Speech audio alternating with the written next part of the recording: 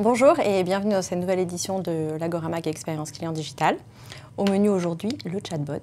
Tout le monde en parle et je reçois donc Thomas Sabatier et Philippe Duhamel. Bonjour. Est-ce que vous pouvez vous présenter en quelques mots? Je suis Thomas Sabatier, cofondateur de The Chatbot Factory. Chez The Chatbot Factory, on est spécialisé sur donc le design, le développement et l'entraînement de chatbots intelligents sur des interfaces voix et texte. D'accord. Parce qu'il y a des chatbots qui ne sont pas intelligents? Il y a beaucoup de chatbots aujourd'hui qui ne sont pas intelligents. Je pense que si vous utilisez quelques chatbots aujourd'hui sur le marché, vous allez vous rendre compte assez facilement qu'il y a peu de chatbots qui gèrent de l'intelligence et qui sont dotés d'une capacité de réflexion et de personnalisation de l'expérience client. Donc ils sont un peu moins intelligents que les interfaces conversationnelles que l'on fait. D'accord. Donc Philippe Duhamel, moi je suis le cofondateur de Clustar. C'est un logiciel SaaS, c'est une plateforme d'automatisation du support client. Donc en fait on utilise des chatbots pour répondre automatiquement à des demandes de support que font des utilisateurs sur Internet. D'accord. Donc le chatbot, tout le monde en parle.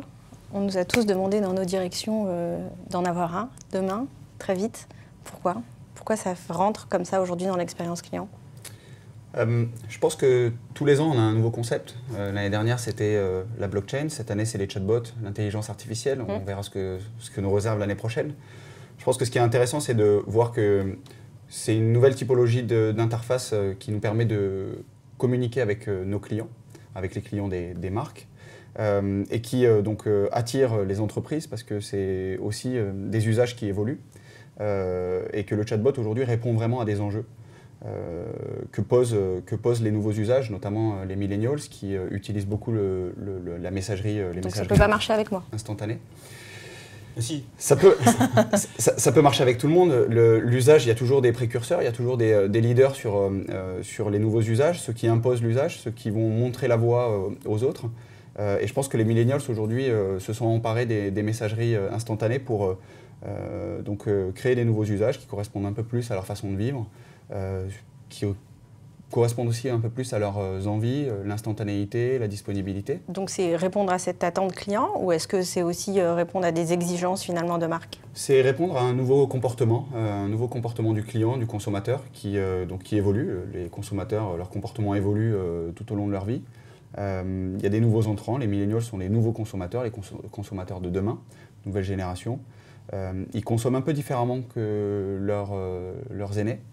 Donc c'est intéressant et important pour les entreprises de comprendre les évolutions et d'adapter leur relation client et les outils de la relation client à ces nouveaux usages. Et les chatbots sont un moyen d'adapter la relation client et de répondre à ces enjeux. Alors après, il y a aussi, effectivement, comme Thomas le décrit très bien, il y a une tendance de fond vers l'usage des messageries. Oui. On préfère faire du self-care, se débrouiller tout seul, ou en tout cas de chatter avec des gens à travers une interface plutôt que d'appeler au téléphone. Ça, c'est assez massif comme tendance. Puis après, en tout cas, nous, de notre côté, ce qu'on voit, c'est que comme les gens ont plus tendance à envoyer des messages par des messageries ou par des live chats aux entreprises, on voit une inflation en fait, des messages que reçoit l'entreprise. Et les entreprises aujourd'hui, les annonceurs, utilisent des agents humains. Et on se rend compte qu'il y a beaucoup de demandes, en tout cas au niveau du support, il y a beaucoup de demandes qui sont toujours les mêmes, très récurrentes, et parfois pour des demandes assez simples. Et donc, quelle est la part de l'intelligence artificielle dans tous ces axes, justement? Qu'est-ce qui fait on pourrait avoir un agent virtuel comme avant? Moi, je me rappelle d'IKEA il y a très très longtemps qui faisait ça. Quel rapport avec l'intelligence artificielle? Vous parlez des avatars? Oui, c'est ça. Alors, les avatars, c'est plutôt quelque chose des années 90-2000. Oui, oui, j'assume. Et puis si ça avait marché, on le saurait. Parce qu'aujourd'hui, en fait, les gens ne sont pas dupes.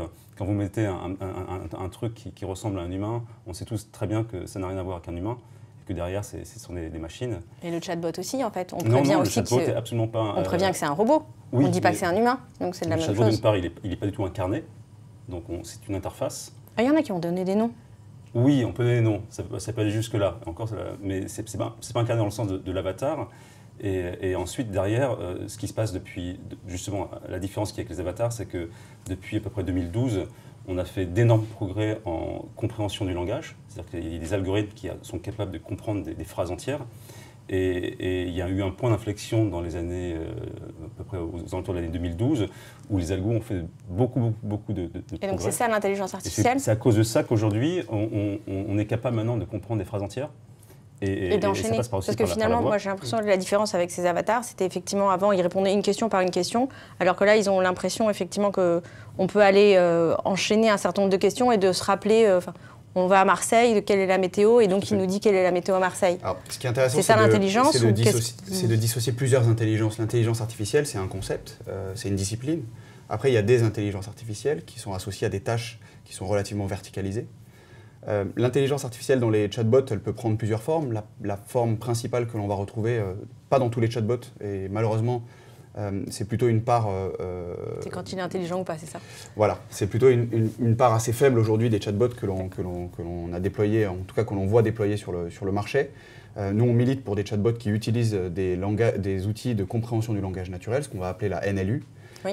Ces outils, en fait, permettent aux chatbots d'avoir une meilleure compréhension de la question et d'avoir surtout d'entretenir un dialogue qui est beaucoup plus humain avec l'utilisateur, tout simplement parce que l'utilisateur va s'exprimer exactement comme il le ferait avec un agent humain en langage naturel. Et derrière, le chatbot va être capable de comprendre et d'interpréter beaucoup plus finement que des techniques qui étaient déployées avant sur notamment de la recherche de mots-clés. Oui, mais en fait c'était une espèce de FAQ effectivement un peu améliorée à l'époque. Et là on passe d'une FAQ améliorée à une logique vraiment où on va comprendre assez finement l'intention de l'utilisateur, éventuellement améliorer la compréhension avec des variables qu'on va pouvoir détecter dans une phrase. Et à partir de toutes ces informations qui donc se structurent grâce à l'intelligence artificielle, qu'on va envoyer dans une machine et dans un moteur de dialogue, on va être capable d'avoir une réponse qui sera beaucoup plus intéressante, beaucoup plus précise, pourquoi pas personnalisée par rapport à l'utilisateur qui la pose. Mais il faudrait le connecter avec une base, enfin pas une base de connaissances, mais un CRM avec de la donnée client. C'est les prochaines étapes. Ah, donc c'est pas le cas aujourd'hui? Si, mais la plupart des chatbots aujourd'hui sont encore très peu connectés aux applications internes. Et on commence à avoir des chatbots qui sont capables de reconnaître, de comprendre, d'identifier l'utilisateur par un login. C'est ça, il allait dans son espace client et toucher sa donnée. Et là, on peut personnaliser. Il y en a encore peu. D'accord. Et pourquoi? Alors, nous, c'est la vision que l'on défend sur le marché des bots. C'est qu'un chatbot aujourd'hui qui fait de la FAQ, en soi, il n'y a pas vraiment d'innovation. Juste la techno. L'innovation, elle vient C'est juste la techno, c'est ça?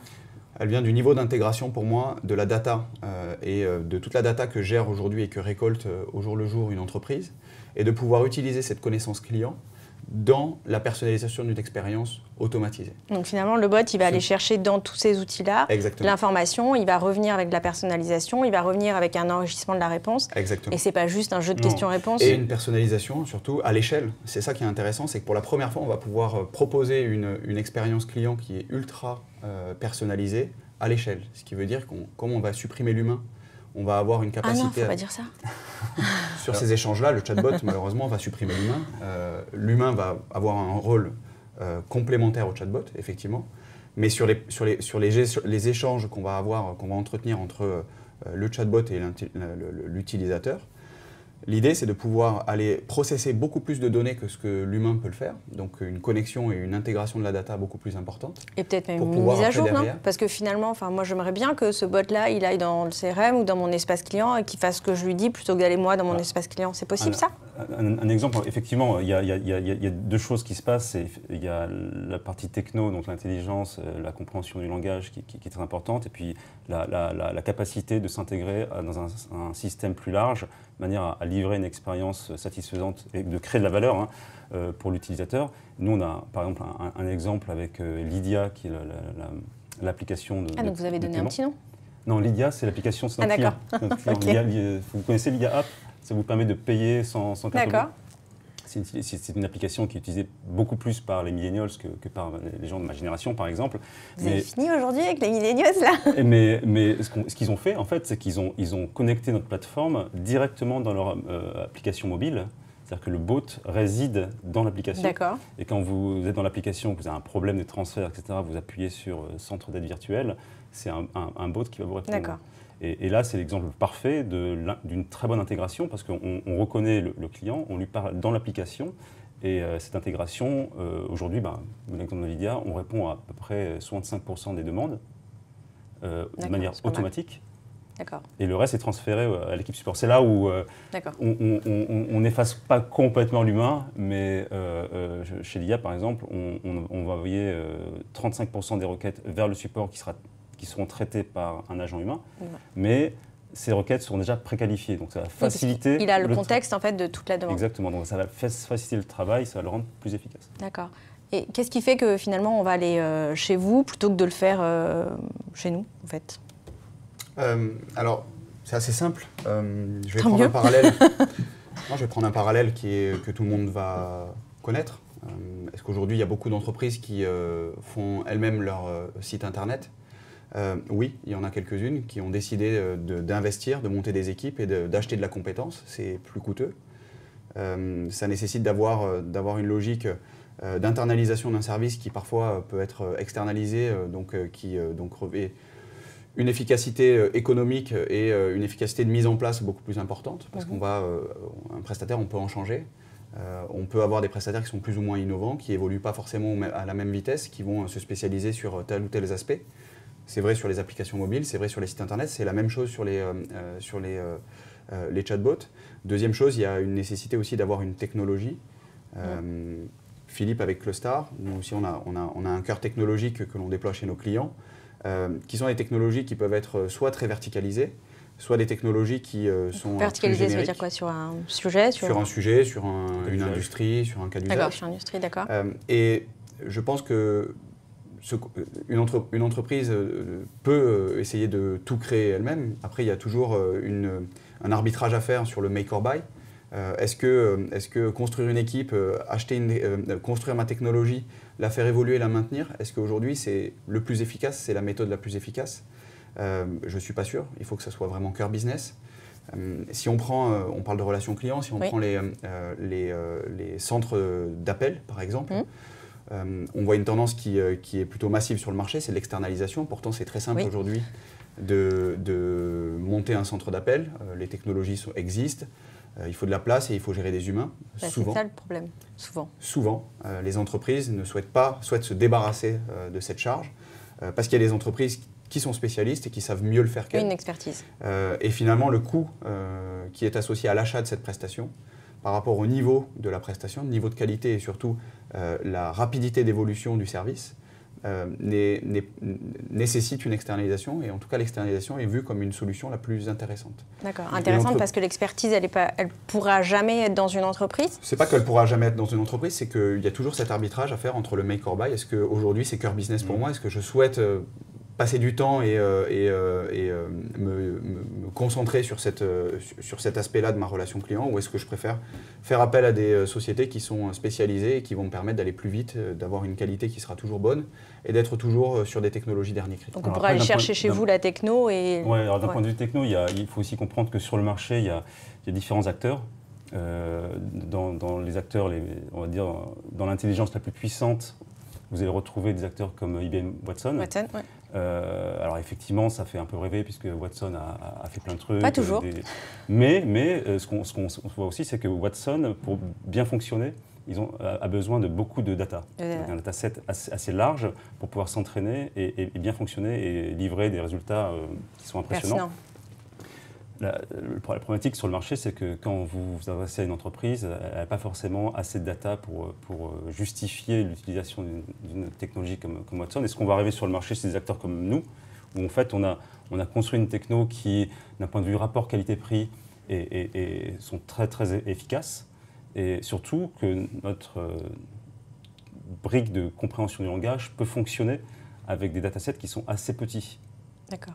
Des datasets. Un dataset, c'est-à-dire que quand vous répondez à des questions, il est bien déjà prêt, oui, d'avoir un historique de questions pour pouvoir entraîner le chatbot sur cet historique de questions avant de le mettre en production. Mais des historiques de conversation, généralement, il y a peu de personnes qui en ont. Et puis quand on en a, ce sont des petits... C'est pas de la pertinence. Enfin, c'est pas Ce sont des pertinent. petites bases, D'accord. il n'y a pas beaucoup Donc, d'historique. ce que vous offrez, c'est un peu plus d'expérience avant et donc une facilité à la mettre en œuvre après. C'est comme un moteur, si vous voulez, on va consommer, on va Vous faire l'avez plus de entraîné un peu kilomètres avant. avec moins D'accord. de carburant. D'accord. Avec Ok. peu de carburant. C'est marrant parce qu'on parlait effectivement de ça, et on va finir là-dessus d'ailleurs, sur la data et sur la big data et quelle est notre capacité aujourd'hui à la récupérer pour être intelligente dans ce qu'on va faire dans nos projets de demain. En tout cas, merci beaucoup. Gardez l'esprit critique et l'esprit ouvert et à très bientôt sur la Gormag Expérience Client. Merci. Merci beaucoup. Au revoir.